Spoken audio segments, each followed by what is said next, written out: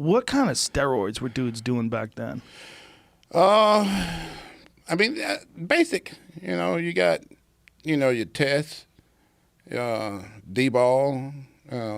It's just basic stuff, And back then, because the DA had come in and was trying to find out what we were all doing, they made us do it legally. So, you had to go to the doctor and get all these prescriptions. And you would get prescriptions for steroids? Yeah. What kind of steroids would they give you a prescription for? Like any kind of test you needed. They would give growth hormone. They give prescriptions because once the DEA came in, they was like, what are y'all doing? What are y'all taking? But when you think, like, the DEA, shouldn't you be out there catching people selling meth? Yeah. Why are you going after bodybuilders who are also cops? That seems ridiculous. Because they had kids out there that were taking it and committing suicide. Oh. See, I didn't know what that was when I was a kid. They were committing suicide because they were getting depressed from the steroids coming off of it? Coming off of it. Yeah. So they trying to figure out, what are y'all doing? We got to get y'all off this stuff. And so that's when you got a doctor that was willing to prescribe everything. Mm-hmm. So was this while you were doing Mr. Olympia? Mm-hmm. Yeah. So all that stuff was above board. It was all legal. Yeah. Everything was legal back then. And is that the case now? You know what? That was just when the heat was on. Mm-hmm. I don't know I don't think they got the heat on the guys now like that now. So the DEA would come to you and you would just say, "Hey, here's my prescriptions." Yeah. And they would go, "All right." Yeah. Mm-hmm. One time if you didn't have a prescription, they took your stuff. Really? Yeah. So they'd find whatever you had and take it from you. Yeah. Yep. How did they know where it was? You told them. Oh, okay. Because otherwise they put you in jail. Yeah, and search your house, get a search warrant. So like, well, I got this and this and that. Well, I'd imagine you would have to take something to be as big as you were when you were at your peak. For sure. It's not really possible to be that big without it. Without it, no. You can't get that big. Another thing you got to have, too, is genetics. Yes. Look at the baseball players that have taken stuff, and look at us. Yeah. They can't get that big. They're not gifted for it. Well, they didn't try either, right? They weren't trying to get that big. Like guys like Conseco, he got pretty fucking big. They couldn't get that big if they wanted to. Really? Mm-mm. So it's a small percentage of the population that could get that big. Yeah, exactly. Yeah. And probably like 1% that could get as big as I got. And I was the only guy. Nobody duplicated that since. And you be in that condition. Right. And be healthy. Right. I don't have any health problems besides the back. The injuries. The injuries, yeah. My liver, my kidneys, and my heart, it's all good. Did you, while you were doing things, did you get frequent blood tests? And every 3 to 4 months. And the doctor would go over everything and make sure everything was fine. Everything's always good. That seems to be the big misconception about steroids, is that people think steroids kill you. And people think you're taking like tons of stuff. I wasn't taking tons of stuff. I probably wasn't taking no more than what those baseball players were taking. Just working out more, lifting more, and gifted genetically for it. Dorian Yates said basically the same thing. Yeah. It wasn't that he was taking a lot, not compared to a lot of guys. Exactly, yeah. People think I was taking massive amounts of stuff.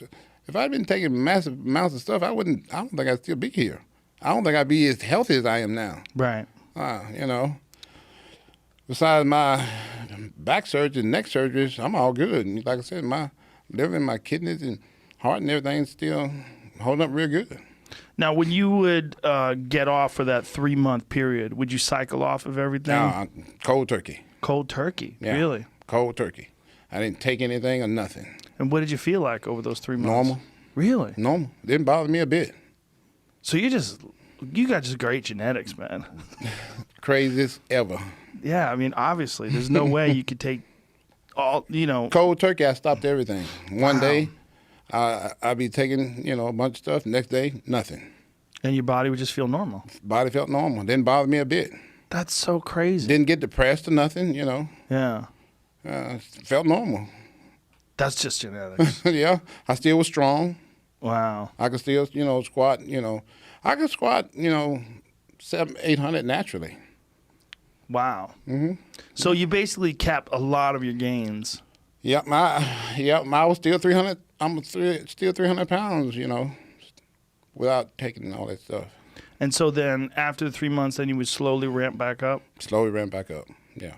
And all this under doctor supervision? All this under doctor supervision. And all the while I'm getting my blood work done every 3 to 4 months.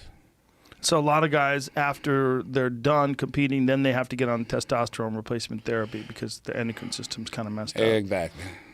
Did you have to do that as well? Yeah. Yeah. Yeah. It seems like that's just a part of the sport, right? Yeah, it is. Yeah, it is. Yeah. It's interesting, though, because, like, for the longest time, these guys were doing these ads in magazines, and they were attributing everything to some supplement that they were selling, or some creatine, or some this. I mean, all that stuff does something. It helps you out a little bit. But it's not going to get you. It's not going to get you 330 pounds with 3% body fat. No. No, it's definitely not going to do that. Was that something that you were allowed to talk about while you were competing? Yeah, I mean. Did it come up? Yeah. Yeah. I talked about it. I didn't have no reason to hide it. Because it seems like people were not hiding stupid. it. They're not. No. When you got that big, Yeah. it's like, yeah. But it seemed like there was an era where bodybuilding kind of tried to pretend that they weren't taking that. Yeah. Because of all those, you know, people committing suicide and kids taking all that stuff and doing it the wrong way, you know. Not having it prescribed and all this kind of stuff. Also, the more is better Black philosophy. market getting bad stuff, you know. Right. Yeah. But there were some guys that would just say, well, the way to win is to take way more than everybody else. Yeah. And see what your body could tolerate. Yeah. The more you take, the better you're going to be. I knew a guy like that. Yeah. And he wound up having a heart attack. Exactly. We used to call him garden hoses because his arms looked like garden hoses for veins. Yeah. He had just these giant veins all over his arms. It didn't even make sense. But he was just on everything. Yeah. Yeah. But he didn't make it to 30. Yeah. He died before he was 30. Some people, they do it the wrong way. Yeah. I didn't start taking anything until I was 30. Really? Yeah. Remember, I was drug-free for a long time. And I did everything naturally for a long, long time because I was, like I said, gifted. Right. Yeah. What inspired you? What made you decide when you were 30 that you had to do something? I got tired of getting my ass kicked. In competitions? Yeah. Yeah. The highest I would place was like third or something, you know. Mm-hmm. And after a while, you know, you competitive. The other guys got a competitive advantage on you. Mm-hmm. So let's make this thing equal.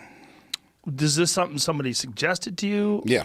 Yeah. So people in the gym, like, hey, Ronnie. No, one of the competitors suggested that to me. Oh. Guy by the name of Flex Wheeler. Oh, okay. My best friend in the world. That guy was fucking huge. Huge. And he taught me everything I know. Did he really? Yeah. Mm-hmm. He also got me the best nutritionist ever. That's how I won my first Olympia. So is that how most guys find out about steroids, from other guys who are competing? If you were smart, that's the way you would do it.